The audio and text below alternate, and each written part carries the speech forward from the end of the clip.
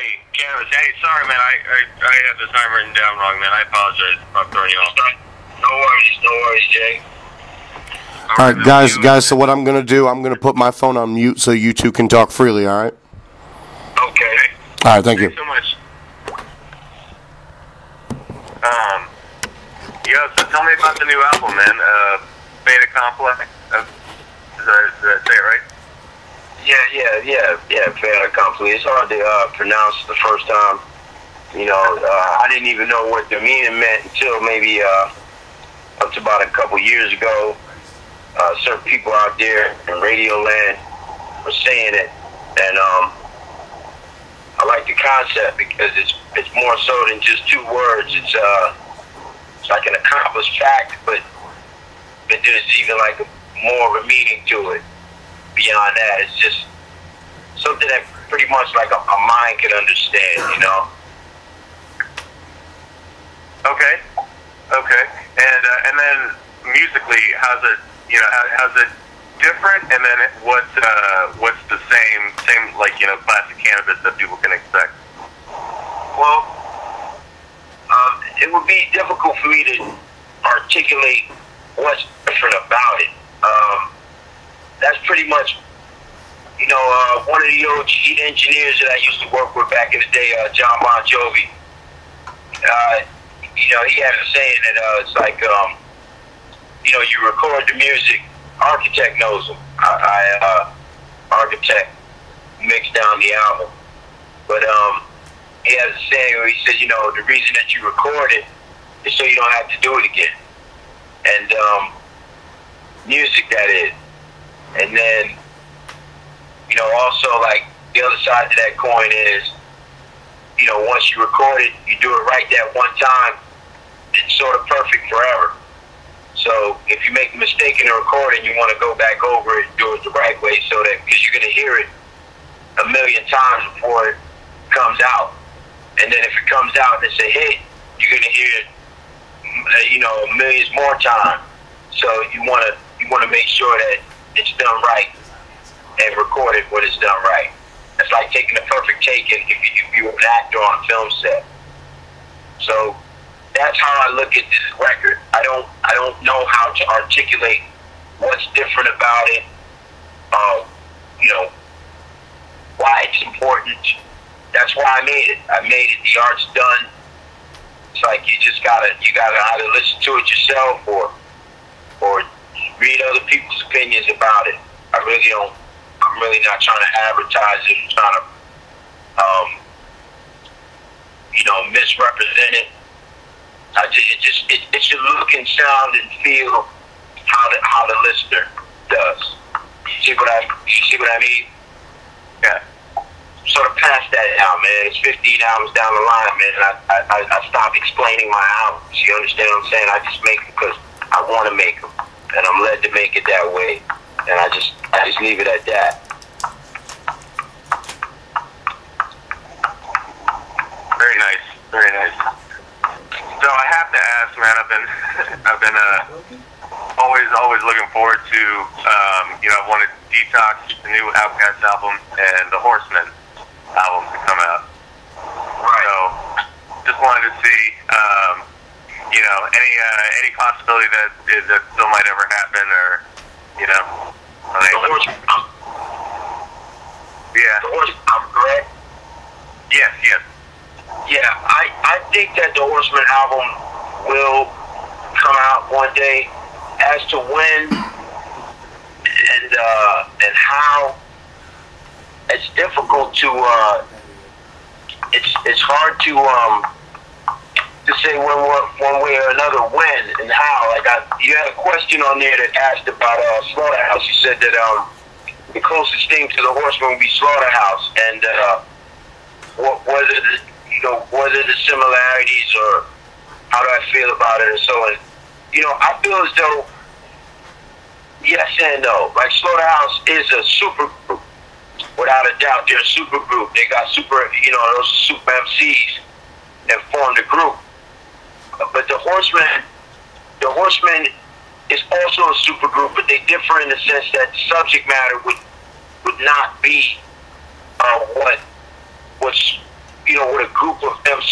talk about. Like, the subject matter is going to be what the Horsemen will talk about. And it wouldn't so much completely follow the moniker of the name, you know, just the subject matter with the moniker, with the name itself, but the experiences of the artist. Now,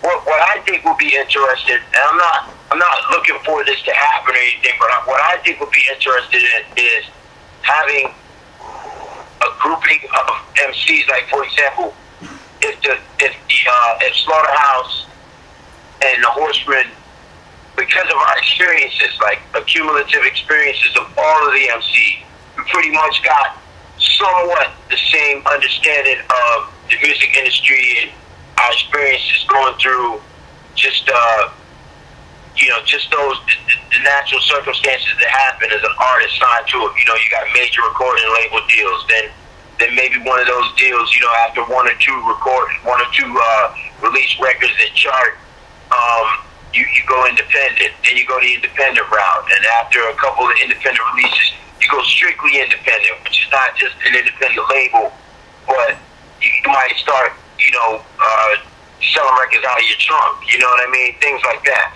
And so each of us have those sorts of experiences that are tantamount to just being an all-around fielder. And that would be interesting for a group to be formed based off of common experiences, shared experiences. And then where the Horseman comes into play is, like, sometimes, like most of the time, like, our subject matter is esoteric. And so but radio's not acclimatized to that. And not even independent music is not really acclimatized to that either. It mainly would be like alternative music, just like alternative radio, for example. Like, an example I could give is alternative radio seems to be running away with all of the listenership. Like, they're the ones that are giving everybody the cold hard facts as they hear them, as they know them, as they investigate them. And meanwhile, mainstream is reading the same talking points. A good example of that would be like this YouTube video I saw where I think there was a flood or some sort of like a weather, some sort of like a weather anomaly going on, and somebody cut and pasted about 50 different mainstream news channels, both audio and video, that said the same thing. I mean, you know, with the exception of a couple words here and there, it's on YouTube. You can find it. It's got like a couple million views. It's so funny because here you've got, you know, professionals, you know, reading the same talking points. You know what I mean? Like 50 of them. It's awesome to see it, because then you realize that, you know, the octopus is in control and everyone else is just tentacles. So in order to get that real creativity, that raw creativity, you would have to fuse together people that have common experiences, but then also like real artists where they won't allow, they would resist being, you know, being playing the cookie cutter role, you know, being puppetized. Right. And the Horsemen have never been puppetized. Like, as a group, they've never been puppetized. So that's why I think maybe that's probably one of the chief reasons why this album hasn't been put together yet. You know, it's like, you know, no one of any real foundation, label-wise, in the industry has said, okay, we're going to get behind this, you know, this group or this record, this product.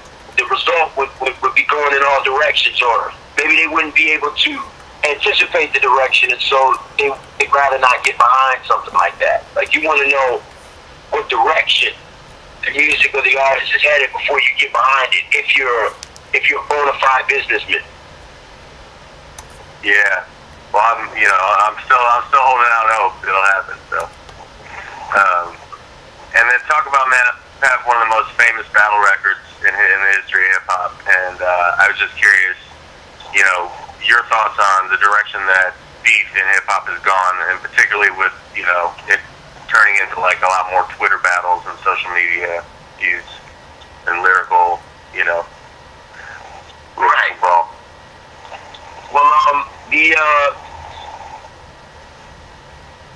the way that technology, the way that battle rap or Twitter battles have gone, that's indicative of just what technology does to a civilization, or what new occurrences, things that are you know, things that are developed, they're brand new to the populace, and you know, and it's no different than the invention of the wheel. You know, when the wheel was made, you know, people stopped using other modes of transportation. You know, and everybody wants to use wheel transportation, and then the horse. We still have the horse, but the horse is not. It is still what it used to be. People just don't recognize it, and everyone's used to just using wheel transportation. But Twitter and technology and stuff like that, that's just, there's nothing special about what's happening behind it. The craze, that sort of that new cutting edge fanfare, like nothing's different about it, man. It's just like when we were young and VHS came out, you know what I mean? The old man came home with VHS, and then, you know, went from that to different kinds of video devices, and it went so fast it's hard for me to remember, even though I pretty much had every single one. You know, it's hard to remember.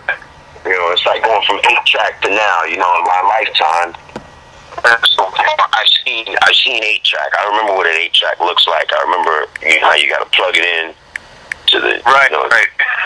I remember that, and you know, and then today, you know, it's wireless. Things are wireless. You can just play music wireless. It's just, I mean, I'm at a loss of words to try to quantify how quickly that really moved, and how do you expect anyone to even notice the changes? You know, people just kind of fall in line.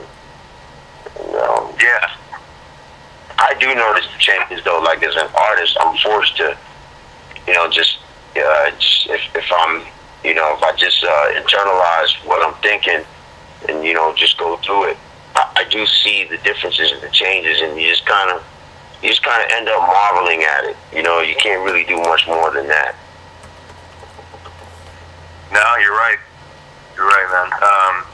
You've been in the game for a minute now. Let's say, what, a decade and a half? And Nah, man. I'm gonna be 40 this year, and I was making records like on the road, running around when I was 20. When I was 18, 19, I was running around with Lost Boys. So that's 2 decades, my G, and that's out. You know what I mean? I'm out for 2 decades, man. yeah, sorry.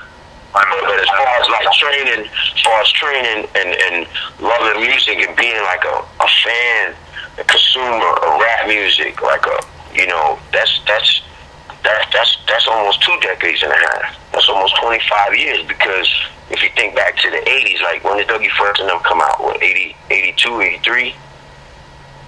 Yeah, Show and all that came out like 82, 83, you know, so that was, you know, 10 years before Wu-Tang came out. Wu-Tang had been doing it a lot longer, but they came out like 92 with the Protect Your Neck. So you're talking about 20, 25 years, my G. Time fly. So yeah, man. I mean, that's a hell of a career to boast, man. Not many people can in any genre. And I was wondering, you know, looking back, would you have done anything differently if you could go back? Well, you know, that's the question that pretty much every interviewer asks, right? And at times you might have an answer, and then that answer producer is apt to change because sometimes you kind of get to the closer to the goal line, not the goal line that you set, but the goal line that's been predetermined, and you kind of see that things are sometimes, not all the time, but in most cases, things are just the way they're supposed to be, you know. So I can't pinpoint anything specifically that I would change, because things are the way that, to me, things are just like how they're supposed to be, man. You know, of course, you know, there are, you know, things that guide our decisions. You know what I mean? Civilization and guide civilization along, but even that, I mean, isn't that the way that it's supposed to be also? You know? Yeah. I mean, you know, they've got the power to do these things because they seized the power to do it. You know what I mean? And acted on it. And there's nothing, you know, there's nothing strange or out of the ordinary about that. Yeah, I wouldn't change nothing, man. Everything's the way it's supposed to be. Like, I shouldn't have the right to be able to change things anyway. You know, we're just artists, my G. Like, that's really one thing that this album, it does embody that. It embodies the notion that, you know, I have accepted that I've accepted my realm, you know, my parameters. I've accepted it. I've done everything that I could when I could to change the not just the direction, but even the speed, the tempo, like the ambition, the passion, just the tempo in general, you know, of hip hop. And always for the better. Always for the better. Even if it sounded like I was really hollering and you know, really like just impassioned, like vitriolic language and stuff like that. It was always really to change hip hop for the better. That was always my intentions. But looking at the way things have transpired, I do know now, there's one thing that I know that, you know, things just seem to work out the way that they're supposed to be. There's nothing that I could have done differently to change that. All I could have done was change. See what I mean? If I changed, then that wasn't the point of it. I wasn't trying to change. I was trying to change, have an effect on, impact on the music that I dedicated my life to early in my life. And I'm not dedicated to it the same way anymore, though, because I have accepted, you know, the boundaries of it. And I think that all artists go through that. Entertainers go through it. Sports players go through it. Every kind of sport that exists, that's played. If you look in the political realm, they go through it. All forms of entertainment, they go through it. We all go through it. We go through stages where we in the beginning we're excited because we, you know, maybe there is a hurdle that we get over and we're able to impact something. You know, it doesn't matter what it is. You know, if you're working, if you're helping, like if you work in the allied health field and you're helping people, and you see development, progress, and you feel like if you're a teacher, for example, and you see that, okay, you know, I made a difference with this one person, or with these, you know, over the course of a teacher's lifetime, I made a difference with these 10,000 students over the years. Yes, you made a difference with those 10,000 students, but the world is composed of billions of people, and so the 10,000 that you made a difference with, you know, when you really quantify it, it's kind of like things still end up the way they're supposed to be, you know? Yeah, man. And my last question, I wanted to get a kind of just a barometer of like how you felt about like the new artists coming out, and is there anyone that you've heard new, of the younger cats that you were, excited about, or like, damn, I'd love to work with them, or, Yeah. I like Nino. Nino. I like Flawless. I like a kid called Pirate. I like another group called Lost Children of Babylon. I like this broad. Her name is Rochelle. She's the MC.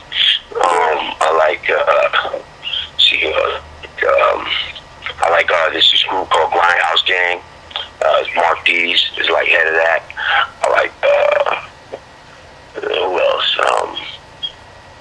I'm sure there's others, but pretty much like that's it. That's it. Like I like the subject matter. You know what I mean? I like the with the direction that they're coming from, the direction that they're going with their music. I like when the music turns out to be art and not like real thorough creativity. Just bona fide creativity. I can see sometimes, and then even in the now let's say in the because now everything's multimedia, right? So it's not just music. So in the multimedia realm, I